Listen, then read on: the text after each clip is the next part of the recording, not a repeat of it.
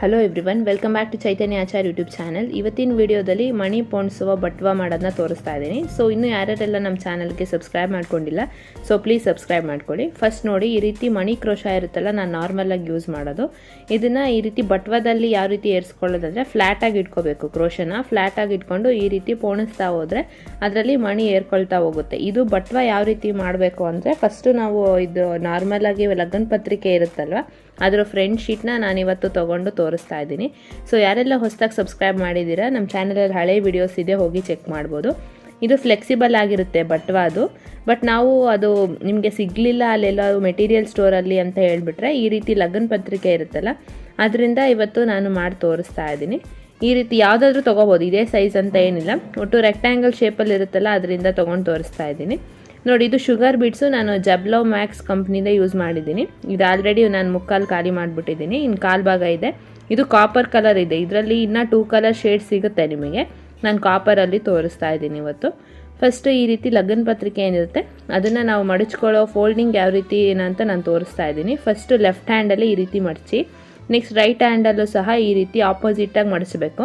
ಅಲ್ಲಿ ಚಿಕ್ಕದಾಗೆ triangle type ನಿಮಗೆ form ಆಗುತ್ತೆ. ಲೆಫ್ಟ್ ಹ್ಯಾಂಡಲ್ಲಿ ಈ ರೀತಿ ಮತ್ತೆ ಪ್ರೆಸ್ ಮಾಡಿಬಿಟ್ಟು, ನೆಕ್ಸ್ಟ್ ರೈಟ್ ಹ್ಯಾಂಡಲ್ಲಿ ಅದ್ರ ಮೇಲೆ ಈ ರೀತಿ ಮಡಚ್ಕೋಬೇಕು.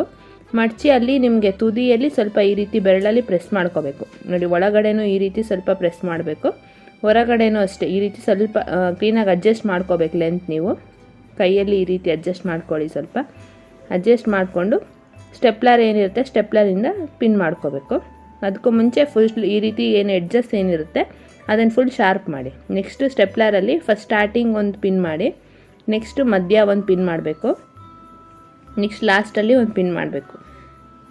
ನೆಕ್ಸ್ಟು ಮತ್ತೆ ಪಿನ್ನ ಈ ರೀತಿ ಇಟ್ಕೊಂಡು ಇನ್ನೊಂದು ಸ್ವಲ್ಪ ಫ್ರಂಟ್ ಫೇಸಲ್ಲಿ ಈ ರೀತಿ ಒಂದು ಪಿನ್ ಮಾಡಿ. ನೀವು ಪಿನ್ ಮಾಡಿದ್ಮೇಲೆ ನೆಕ್ಸ್ಟು ಈಗ ಎಕ್ಸ್ಟ್ರಾ ಏನಿರುತ್ತೆ ಲೆಂತ್ ಎಷ್ಟು ಬೇಕು ನೋಡ್ಕೋಬೇಕು. ನಿಮಗೆ ತುಂಬ ಉದ್ದ ಅನಿಸಿದರೆ ಸ್ವಲ್ಪ ಕಟ್ ಮಾಡ್ಕೋಬೇಕು. ನಾನೀಗ ಸ್ವಲ್ಪ ಕಟ್ ಮಾಡ್ತಾ ಇದ್ದೀನಿ ಅದನ್ನು ಕಟ್ಟರಲ್ಲಿ.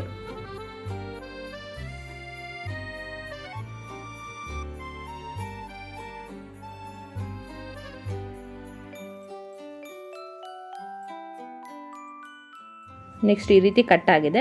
ಈಗೇನು ಮಣಿ ಹಾಕಿದರೆ ಕೆಳಗಡೆ ಜಾರಬಾರ್ದಲ್ಲ, ಸೊ ಹಾಗಾಗಿ ಈ ರೀತಿ ಎಡ್ಜಸ್ ಏನಿರುತ್ತೆ ಅದನ್ನು ಈ ರೀತಿ ಮಡಚ್ಕೊಳ್ತಾ ಇದ್ದೀನಿ ನಾನು.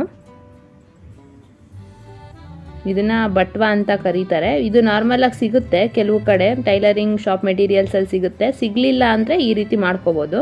ಯಾಕಂದರೆ ಶುಗರ್ ಬೀಡು ಹಾಕಬೇಕಾದ್ರೆ ಒಂದೊಂದೇ ಪೋಣಿಸ್ಕೊಳ್ತಾ ಹೋದರೆ ಟೈಮ್ ಹಿಡಿಯುತ್ತೆ.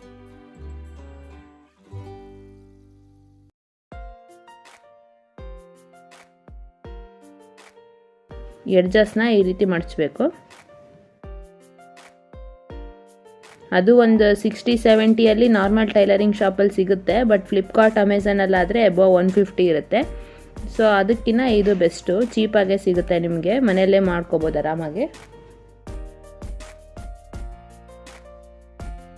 ಈ ರೀತಿ ಮತ್ತೆ ಈ ಎಡ್ಜ್ನೂ ಸಹ ಈ ರೀತಿ ಮಡಚಬೇಕು. ಈಗ ಇದರಲ್ಲಿ ನಾವು ಸೇಮ್ ಅದು ಯಾವ ರೀತಿ ಮಣಿ ಹಾಕಿದ್ದೀನಲ್ಲ, ಇದಕ್ಕೂ ಆ ರೀತಿ ಮಣಿ ಹಾಕಿ ತೋರಿಸ್ತೀನಿ ನಾನು. ಈ ರೀತಿ ಪಿನ್ ಯಾವುದಾದ್ರೂ ಎದ್ದಿದ್ರೆ ಸ್ಟೆಪ್ಲರಲ್ಲಿ ಸ್ವಲ್ಪ ಪ್ರೆಸ್ ಮಾಡ್ಕೊಳ್ಳಿ, ಮತ್ತು ಕೈಗೆ ಚುಚ್ಕೊಬಿಡುತ್ತೆ. ಸೊ ಬಟ್ವಾ ಮೇಕಿಂಗ್ ಪ್ರೋಸೆಸ್ ನಿಮಗೆ ಇಷ್ಟ ಆದರೆ ಲಾಸ್ಟಲ್ಲಿ ಒಂದು ಲೈಕ್ ಮಾಡಿ.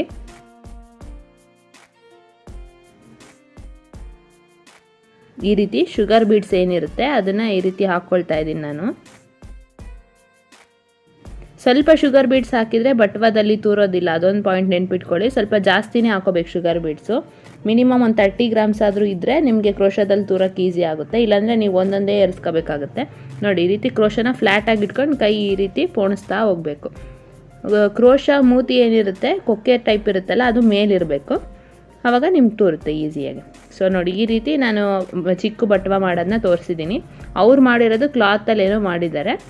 ಸೊ ಅದನ್ನು ಬಳಸ್ಬೋದು, ನಿಮಗೆ ಸಿಕ್ಕಿದ್ರೆ ಅದಾಯಿತು, ನಿಮಗೆ ಸಿಗಲಿಲ್ಲ ಅಂದರೆ ಈ ರೀತಿ ಮಾಡ್ಕೊಳ್ಳಿ ಅಂತ ತೋರಿಸ್ತಾ ಇದ್ದೀನಿ. ನೆಕ್ಸ್ಟು ಬೀಡ್ಸ್ನ ವಾಪಸ್ ನೀವು ಎತ್ತಿಡಬೇಕಂದ್ರೆ ಈ ರೀತಿ ಮಡಚಿರ್ತೀರಲ್ಲ, ಅದು ಫೋಲ್ಡಿಂಗ್ಸ್ನ ಓಪನ್ ಮಾಡಿ ಈ ರೀತಿ ವಾಪಸ್ ಹಾಕ್ಕೋಬೋದು.